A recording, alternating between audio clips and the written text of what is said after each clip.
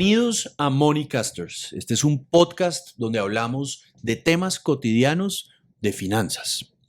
Hoy estamos con dos invitados espectaculares. Cata Tobón, experta en estrategia de inversión, y Santi Bernal, otro crack en inversión y en estilo de vida. Hoy vamos a hablar de un tema bien controversial donde todo el tiempo todo el mundo vive cayendo y no importa los casos que existan, la gente sigue cayendo. Y es los esquemas Ponzi o lo que se conoce comúnmente como las pirámides. Aquellos negocios que prometen unas rentabilidades exorbitantes y que realmente se están alimentando del siguiente bobo que viene en la curva. Hablemos de esto. ¿Qué es? ¿Por qué la gente sigue cayendo y por qué la gente no puede invertir en activos realmente que le van a agregar valor en el futuro? ¿Qué opinan? Sí, a mí eso me recuerda el caso platanizado en Colombia de DMG. Yo no sé si ustedes se acuerdan, que era básicamente una historia donde te decía, tú metías 100 pesos y básicamente eso se te cuatriplicaba en un momento rápido, entonces y la tía, y era todo el mundo cercano, y uno decía, ¿pero qué es esto? Y un poco, digamos que cuando las personas me preguntaban al respecto, yo decía, mire, ¿qué hay detrás? Si usted tiene una inversión y usted no sabe y usted no le puede explicar muy claramente a su mamá, a su tía, a su abuelita, qué hay detrás, absténgase de eso. Hay un dicho que es, no hay almuerzo gratis. Si usted le ofrecen una rentabilidad extraordinaria, pregúntese, pues, porque si eso fuera tan fácil, pues la verdad es que todos tendríamos, digamos, esas rentabilidades extraordinarias y todos seríamos multimillonarios. Entonces, a mí ese MG me impactó muchísimo porque vi muchas personas cercanas que cayeron en eso. Y básicamente, ¿qué es eso? Pues llegan y cogen como una olla de plata y entonces los primeros pues les dan como pues unas rentabilidades extraordinarias, pero detrás no hay nada real. Es casi, pues son burbujas, o sea, no hay nada que finalmente soporte, no hay nada, una inversión productiva, no hay algún valor subyacente, algún valor. Entonces, claro. ahí es importante. El DMG fue uno que pues todos vivimos. Otro que estamos en la cotidianidad y son todos esos ruidos de las criptomonedas y la deep web, lo que puede haber detrás, si eventualmente ahí puede haber lavado de dinero. Eso obviamente no solamente pasa en cripto, sino el sistema, Donde digamos, no puedes identificar donde tú no puedes identificar qué hay detrás y obviamente no hay que satanizar nada, pero siempre tratar de invertir con, digamos, entes supervisados, entidades supervisadas, que haya detrás un ente regulador que pueda, pues, eventualmente ayudarte en una situación pues, de estrés, siempre entender lo que vas a invertir y, por supuesto, cuando haya esas rentabilidades extraordinarias, pues, digamos, cuestionarse y eventualmente sospechar, o sea, por las dudas, sospecha, porque no hay almuerzo gratis. Entonces, eso es importantísimo tenerlo en el radar. Santi, que tuvo amigos ahí que cayeron en DMG o que invirtieron No solo ahí. amigos, yo fui uno de los... ¿Sí? No Pues pegué. Cuente. Yo no caí en DMG porque yo era muy pequeño, pero claramente esta noción de la plata fácil en algún momento de mi vida me tocó, me llegó.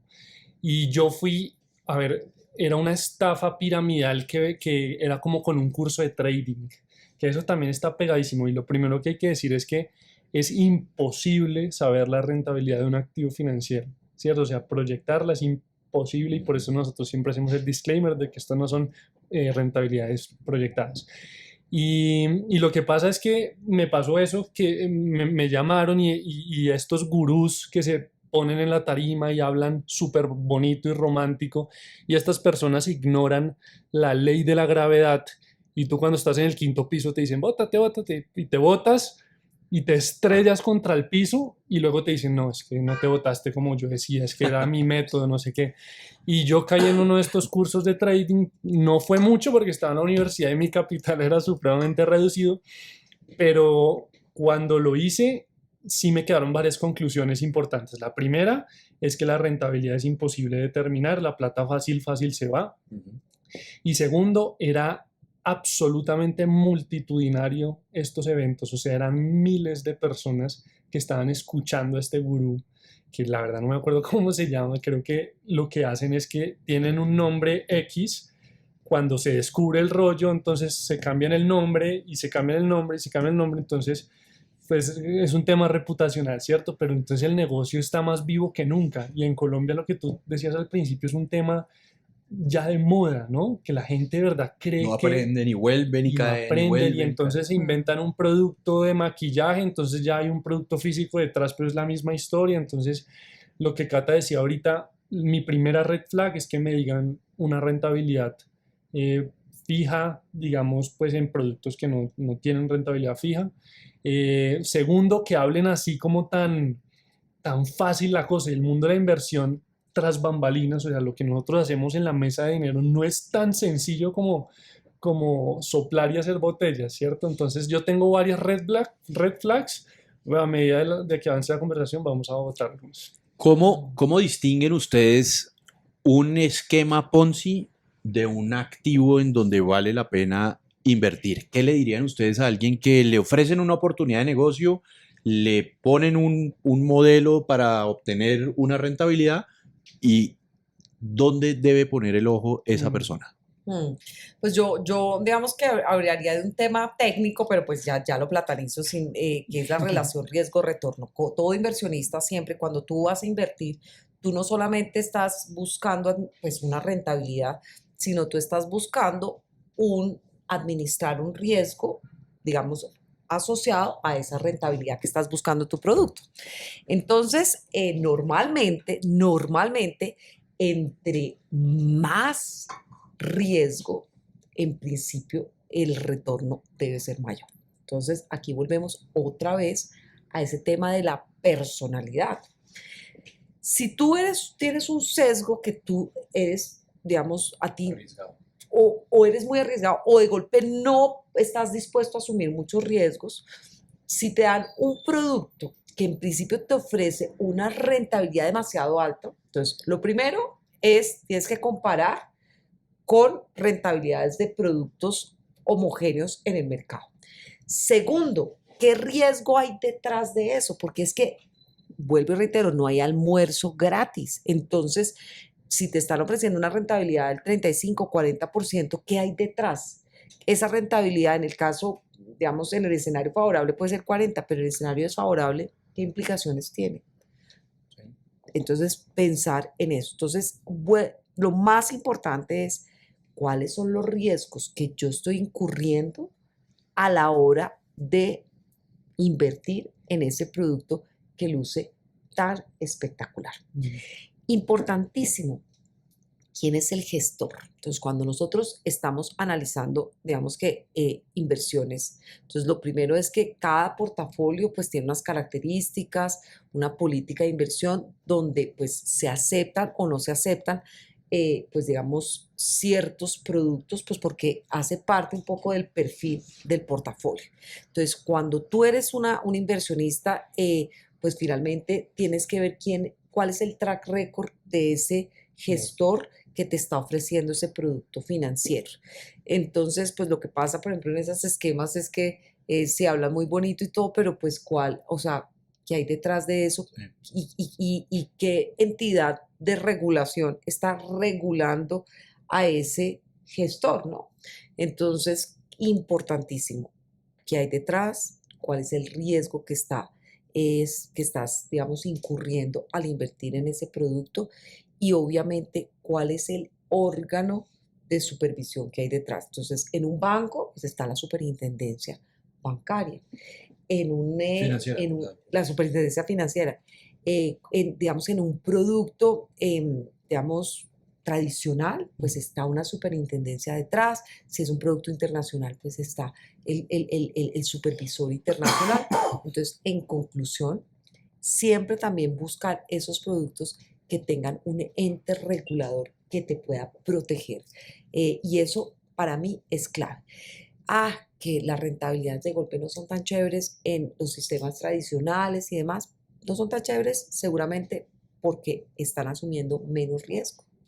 Y eso es clave. Y si tú finalmente no estás dispuesto asumir tanto riesgo, pues quédate con el producto tradicional, que finalmente lo que tú buscas es un crecimiento ordenado de tu patrimonio y no eventualmente incurrir en riesgos innecesarios. Ok.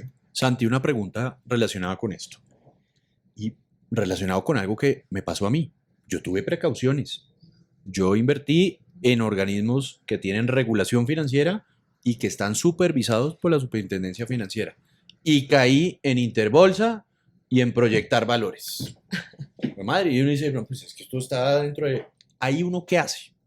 O sea, y una de las motivaciones mías en la vida de después trabajar en la Superintendencia Financiera es, oiga, ¿cómo es posible que esto pase en unas entidades que están, digamos, con unas reglas de juego claras y que tienen un supervisor?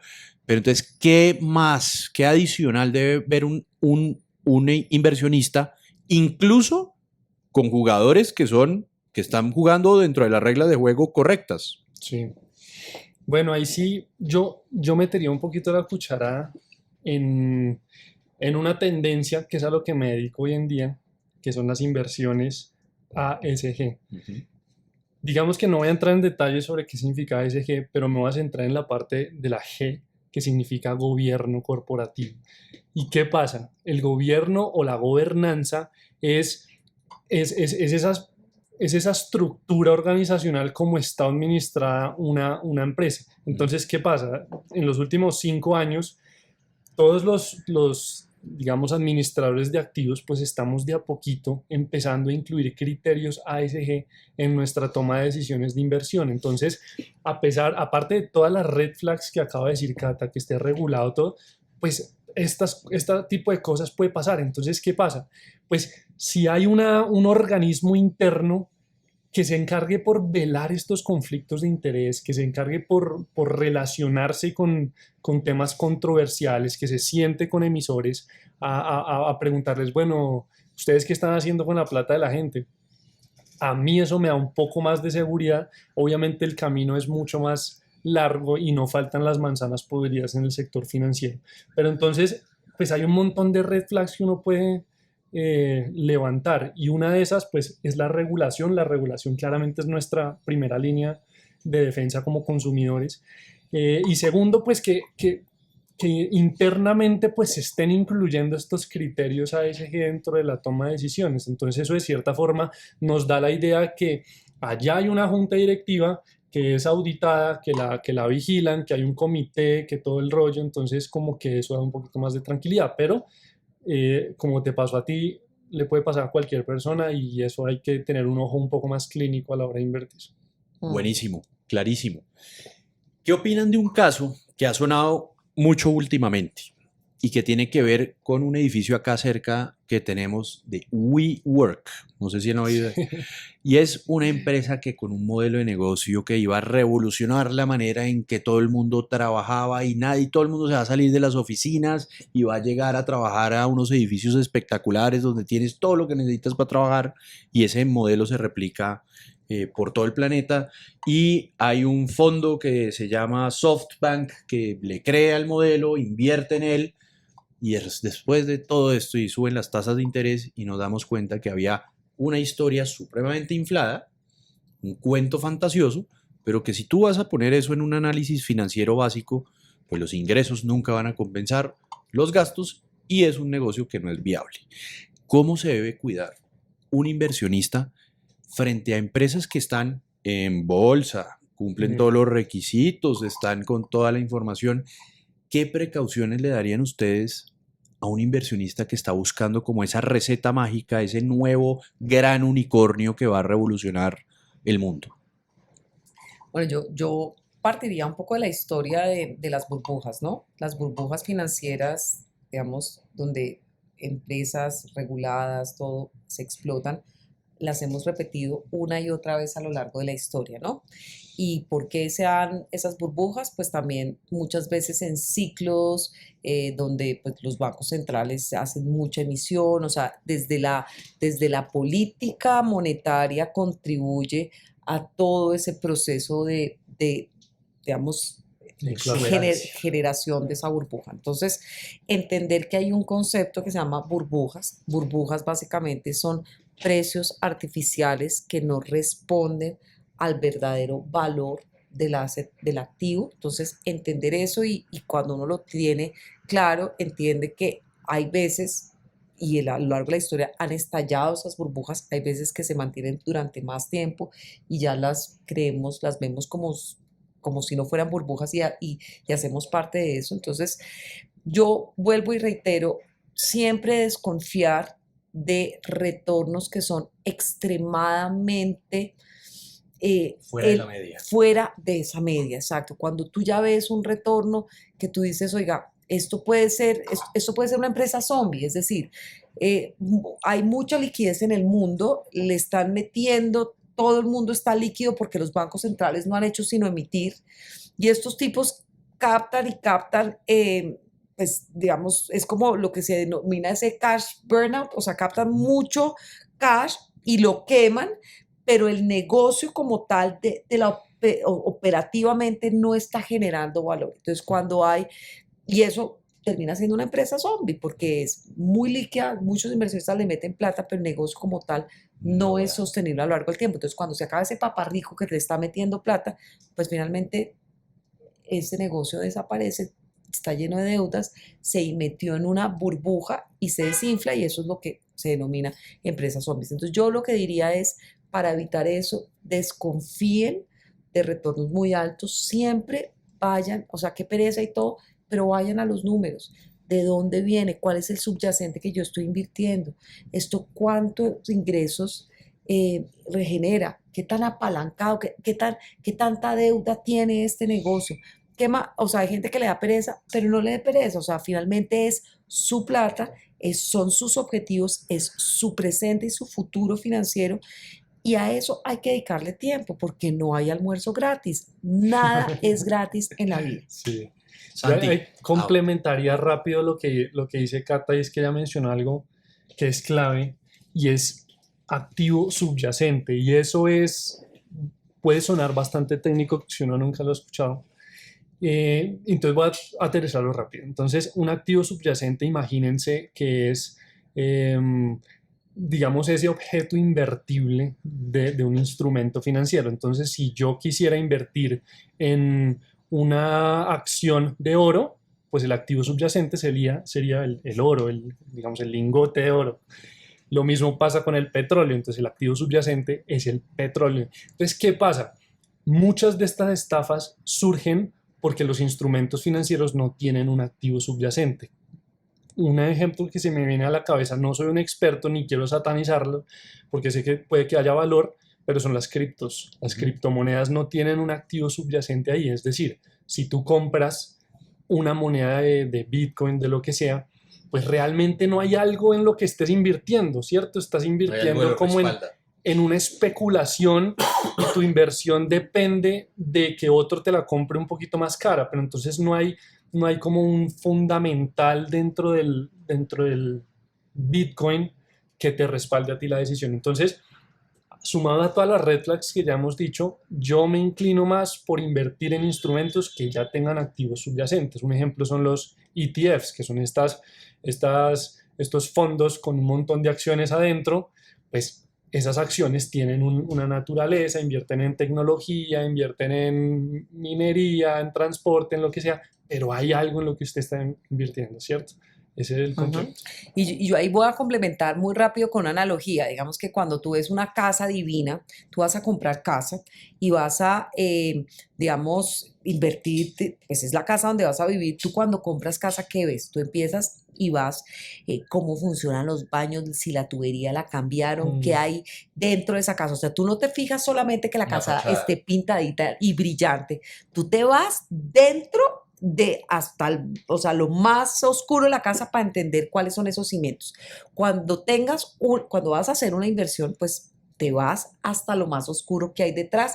Así te demores, te toca ir 5 o 10 veces a visitar la casa para ver cómo se siente de día, cómo se siente de noche, cómo hace el agua, cómo está la presión, cómo está la tubería, igualito en una inversión. El otro tema es que ya pensando en la casa, pues que no sea como la casa que vas a vivir, sino digamos que eres una inversionista en finca raíz. Estoy haciendo como la analogía como para aterrizarlo, pues tú también no metes todos los huevitos en esa misma casa, porque si esa casa le construye, no sé, un prostíbulo al lado, pues pierde todo el valor. Claro. Entonces, finalmente, pues diversificas. Entonces, una la compras en el centro, de golpe otra inversión la compras en otro sector con potencial de crecimiento, y esa diversificación también pues te ayuda a navegar posibles flows, porque pues perfectamente te equivocaste, tenían una fachada tan bien montada, tan bonito, que la tubería se veía espectacular, porque se puede hacer ahí especialistas en maquillaje. Compraste esa propiedad, la propiedad se derrumbó al primer, digamos, temblorcito. Gracias a Dios tenías otras 3, otras 4 que te permitieron Claro. apalancar esa situación difícil de esa propiedad también maquillada. Entonces, un poco el mensaje en esa analogía tan, pues como tal vez más tangible es, número 1, siempre tratar de ir al trasfondo, o sea, dedicarse un poquitico más tiempo. Lo otro, diversificar, que eso te ayuda claramente a hacer frente a situaciones tipo lo que pasó en Interbolsa. Entonces, si tienes un gestor, pues trata de otro gestor. Si tienes un activo, trata de diversificar con otro tipo de activos. Esa diversificación es clave para hacer frente, pues digamos, a situaciones como las que se ha vivido, pues digamos que todos hemos sido susceptibles a caer, ¿no? Metámonos con un tema que está bastante actual, y es el mundo del dinero costoso, el dinero caro. Es decir, hay tasas de interés altas que ya están empezando a bajar en algunos países o se están estabilizando, pero que eso ha tenido un impacto gigante después de una gran era que vivimos de dinero gratis, en donde las tasas de interés estaban muy cercanas a ceros en el resto del mundo y en general en el planeta, y eso infló, lo que tú decías, infló todo tipo de activos y generó unas rentabilidades exuberantes en todo tipo de activos. ¿Qué ventajas y qué le dirían ustedes a un inversionista?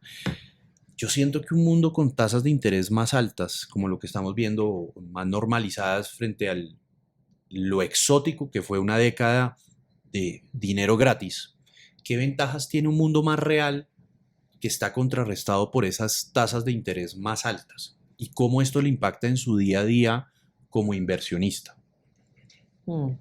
Sí, lo primero es, bueno, recordar que pues las tasas de interés finalmente es lo que se denomina en la cotidianidad, uno podría decir es el precio del dinero, ¿no? Entonces, en la medida en que pues estemos, digamos, el costo del dinero sea mayor, pues va a haber escasez, ¿no? Entonces, obviamente, en un mundo de tasas altas, pues finalmente es un mundo, tienes que ser más juicioso, ¿no? O sea, cuando los recursos son escasos, o sea, las tasas son mayores, la escasez de capital es mayor, tú te vuelves más responsable, porque pues no estás tan enfiestado, o sea, realmente te toca partir el pan y mirarlo bien y tasarlo bien, pues porque no va a ser tan abundante. Si hay demasiada abundancia, pues tú dices, ay, comas un poquito y bote lo otro y tal, y empiezas a hacer un poco más de desperdición, ¿no? Entonces, la diferencia obviamente para el día a día de las personas es, pues a las personas que les tocó navegar este periodo de tasas altas, pues claramente su servicio de la deuda pues va a ser mayor, entonces pues ahí piensa uno si se mete la deuda o no. Su ingreso disponible va a ser menor en la medida en que eventualmente pues también si tiene deuda, no sé, para la universidad, cosas que tiene que asumir, pues va a tener que asignar una mayor porción del presupuesto. Pero también la otra cara de la moneda es que pues vas a tener unas rentabilidades también más atractivas en tus inversiones, ¿no? Entonces aprovechar cada, digamos, momento tiene su propia magia, y verle la magia a cada momento. Entonces, en momentos digamos, de tasas altas, pues el costo de oportunidad de gastar o de endeudarte, pues es mucho mayor. Y entonces aprovecha más bien y tú, pues, inviertes todo lo que puedas y te nutres de esas tasas altas. Y en los momentos, pues, claramente que eventualmente vamos a vivir, que es pues con presión de los retornos y eventualmente tasas más bajas, pues ahí tú tienes que mirar a ver cómo haces frente a tu riesgo de reinversión, porque ya no vas a encontrar esas tasas tan atractivas, entonces te toca diversificar, te toca buscar empresas de calidad, con buena gobernanza, con digamos que estén menos apalancadas, que sean más sostenibles en el tiempo, que tengan, digamos, la oportunidad de generación de flujo de caja futuro buena. Entonces tienes que empezar a ser más creativo sobre cómo generar mayores rentabilidades en un mundo de tasas comprimidas. Pero todo tiene su yin y su yang, hay que aprovechar. Lo importante saber es que en momentos de tasas altas, pues el costo de oportunidad de endeudarte o gastar es mayor, y en momentos de tasas bajas, pues tienes un menor costo de oportunidad, pero también tienes que ser más creativo a la hora de buscar retornos. Sí. Santi. Entonces, yo estoy muy de acuerdo con lo que dice Cata de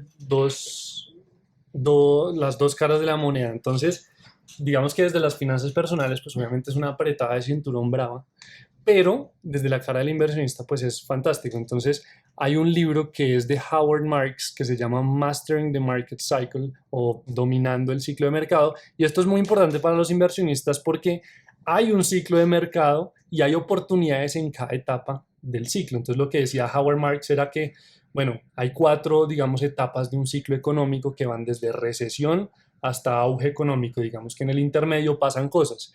Y este libro lo que hace es tratar de deducir en qué puedes invertir en cada momento. Entonces, erróneamente siento que la gente muchas veces dice, llegó la recesión, estoy cagadísimo del susto, o sea, me atemoriza todo, los precios graves, pero, o sea, las acciones, las empresas están subvaloradas, entonces es un gran momento de entrada. Y mejor dicho, como que entender el ciclo económico muchas veces nos da una ventaja competitiva a los inversionistas. ¿Y a qué voy con todo esto? Que en el día a día o cualquier persona que nos vea en redes sociales que no entiende el tema de las inversiones, pues hacer esta tarea puede ser bastante complicada. Entonces yo personalmente me inclino por buscar gestores que estén al frente del cañón todo el día. Scandia es un ejemplo. Scandia tiene un equipo de investigaciones económicas que está tratando de entender esos ciclos económicos, pongan el dinero acá, hay oportunidades allá. Entonces yo prefiero confiar mucho más en gestores que tratar de descubrir el agua tibia y hacerlo yo mismo.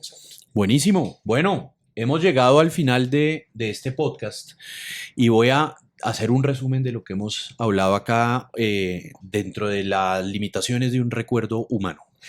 Y es lo siguiente. Y es, el esquema piramidal es supremamente atractivo para el ser humano porque ofrece simplemente una mayor ganancia que métodos tradicionales de obtener ganancias. Esto es algo que se va a repetir siempre y que el ser humano siempre es susceptible a caer en esto porque somos criaturas que, pese a que creemos que somos racionales, no lo somos. Para protegernos de caer en esquemas como estos, tenemos que tener en cuenta, primero, la calidad del activo. El activo tiene que tener un valor subyacente, tiene que tener un respaldo que produzca en el mundo real efectos que generan valor. Lo segundo es que tiene que ver con el gestor. Yo puedo tener activos muy buenos y muy prometedores, pero como lo que pasó con Interbolsa, había activos que tenían sentido, pero quien los gestionaba o quien los hacía, pues tenía unas prácticas que no eran las más honestas y terminó afectando nuestro propio mercado de valores, claro, que ni siquiera estaba metido en un tema de pirámides, sino que eran activos legales, reconocidos por la ley y que aún así caímos. Entonces, estas salvaguardas que ustedes han venido dando son claves a tener en cuenta para que las personas no solamente dejen de creer que todo lo que brilla es oro y que tomen acciones en el día a día para invertir en un futuro sostenible, en activos que valgan la pena, con gestores que valgan la pena. De acuerdo.